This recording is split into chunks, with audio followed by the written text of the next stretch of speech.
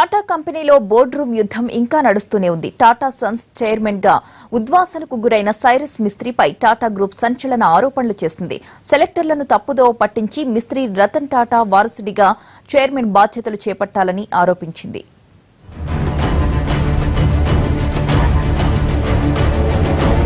దేశంలో అతిపెద్ద పారిశ్రామిక దిగ్గజాల్లో ఒకటైన టాటా గ్రూప్ పరువు బజార్లో పడుతోంది. టాటా గ్రూప్, సైరస్ మిస్త్రీ మధ్య ఆరోపణలు ప్రత్యారోపణలు కొనసాగుతూనే ఉన్నాయి. సైరస్ మిస్త్రీ తన వాగ్దానాల్ని నిలబెట్టుకోలేదని, కంపెనీ అధికారాలన్నింటినీ తన చేతిలోకి తీసుకోవడంపైనే దృష్టి పెట్టారని తాజాగా టాటా గ్రూప్ ఆరోపించింది. తనకిచ్చిన స్వేచ్ఛను దుర్వినియోగపరిచి మేనేజ్మెంట్ స్ట్రక్చర్ ని బలహీనపరిచారని ఆరోపించింది.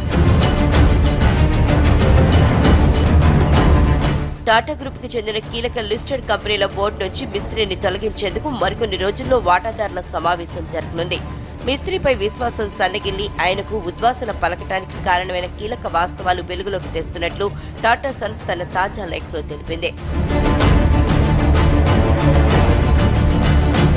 రతన్ టాటా వారసుడిగా టాటా సన్స్ చైర్మన్ ఎంపిక కోసం 2011లో ఏర్పాటు చేసిన సెలక్షన్ కమిటీని మిస్త్రీ తప్పుదోవ పట్టించారని లేఖలో పేర్కొంది.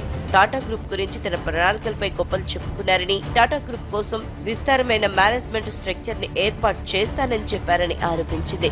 గ్రూప్ లో రకరకాల వ్యాపారాలు ఉన్నందున అధికార బాధ్యతల విభజన కోసం మేనేజ్మెంట్ నిర్మాణాలు మారుస్తున్నానని ఆయన చెప్పుకొచ్చారని, ఈ ప్రకటనలే మిస్త్రీని చైర్మన్ గా ఎంపిక చేయడానికి ప్రధాన కారణమయ్యాయని తెలిపింది.